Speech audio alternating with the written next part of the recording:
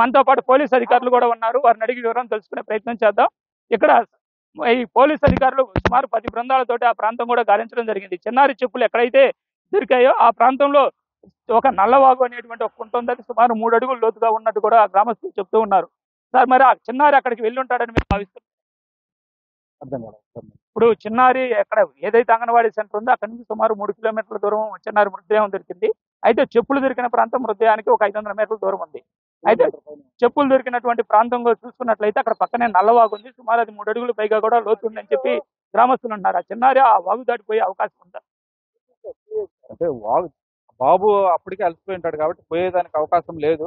దాని పరంగా అది కూడా అన్ని రంగాల్లో ఇన్వెస్టిగేషన్ చేస్తున్నాం. అన్ని కోణాల్లో ఆ ఇన్వెస్టిగేషన్ కంప్లీట్ అయిన తర్వాత కంప్లీట్. అయితే గ్రామస్తులు ఏం చెప్తున్నారంటే పెద్దవాళ్ళు ఎక్కి అది దిగి ఎక్కాలంటేనే కష్టంగా అటువంటిది ఆ చిన్నారి ఆడు చెప్పులు ఇడిచి అందులో నుంచే వెళ్ళాలి, అవతలకి వెళ్ళాలంటే అది ఎలా పాసిబుల్ అని కూడా గ్రామస్తులు అంటున్న పరిస్థితి. ఆ దాని కోణంలోనే ఎగ్జామ్ చేస్తున్నాం. దానికోసమే డాగ్ స్క్వాడ్ పిలిపించాము. ఆ డాగ్ స్క్వాడ్ పిలిపించి ఆ డాగ్ స్క్వాడ్ కూడా ఆ చుట్టుపక్కల తిరిగింది. దానికోసం అందరం మా బృందాలన్నీ కూడా ఏవైతే ఉంటాయో మా ఎస్పీ గారి ఆధ్వర్యంలో డిఎస్పీ గారు, సిఏ గారు అందరం కలిసి ఒక 10 బృందాలుగా ఏర్పడి అక్కడల్లా వెతికాము.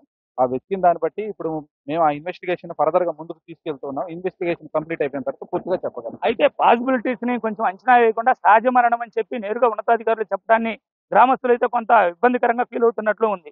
దీన్ని మీరు ఎలా భావిస్తున్నారు? ఇన్వెస్టిగేషన్ జరుగుతూ ఉంది. సహజ మరణం అని అయితే ఎవరు చెప్పలేదు.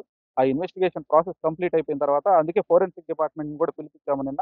ఆ ఫోరెన్సిక్ డిపార్ట్మెంట్ డాక్టర్ గారు కూడా వచ్చి ఆ ఫోరెన్సిక్ డిపార్ట్మెంట్ డాక్టర్ గారు ఇన్వెస్టిగేషన్ స్పాట్ పిఎం చేశారు. ఆ స్పాట్ పిఎం చేసిన తర్వాత దానికి సంబంధించి అన్ని ఎఫ్ఎస్ఎల్ కి ఆర్ఎఫ్ఎస్ఎల్ కి లెటర్స్ ఏవైతే అక్కడ ఇన్వెస్టిగేషన్ పర్పస్ వాళ్ళు తీశారో అవన్నీ కూడా పంపించాము.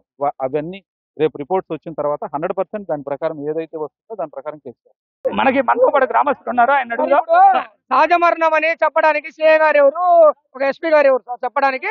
ఎంక్వైరీ లేకుండా చేయకుండా అక్కడ 2 రోజుల నుంచి అసలు మాకు ఇక్కడ అడవి అనే ప్రాంతం ఇక్కడ లేదు.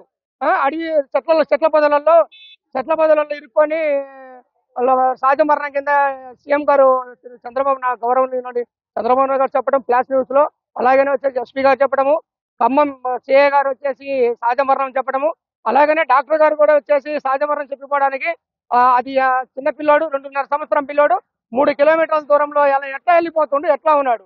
ఎంక్వైరీ పూర్తయిన తర్వాతనే నిర్ధారణ చేయడం జరుగుతుంది. కానీ ఇప్పుడు సహజ మరణంగా అయితే డిక్లేర్ చేయలేదని కూడా పోలీసు అధికారులు చెప్తూ ఉన్నారు. ఇప్పటికైతే ఏవైతే ఉన్నాయో ప్రిజర్వేషన్స్ వాటన్నిటిని కూడా టెస్ట్కు పంపడం జరిగింది.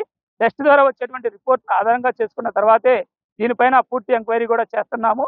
పూర్తి ఎంక్వైరీ చేసిన తర్వాత ఏదైతే ఉందో దాన్ని తెలియజేస్తాం. సహజ మరణం అని ఇప్పటికైతే ఎవరు కూడా నిర్ధారించలేదని పోలీసు అధికారులు చెప్తూ ఉన్నారు. అయితే ఏది ఏమైనప్పటికీ ఎవరైతే వెళ్తూ ఉన్నారో వారిని అడ్డుకోవడానికి మరో పోలీస్ జీప్ కూడా వచ్చినట్లు మనం ఇక్కడ గమనించవచ్చు. అయితే పోలీస్ జీపులు వచ్చినప్పటికీ కూడా గ్రామస్తులు వారిని దాటుకొని స్టేషన్ వద్దకు పోయేటువంటి ప్రయత్నం చేస్తున్నారు. రాజేష్.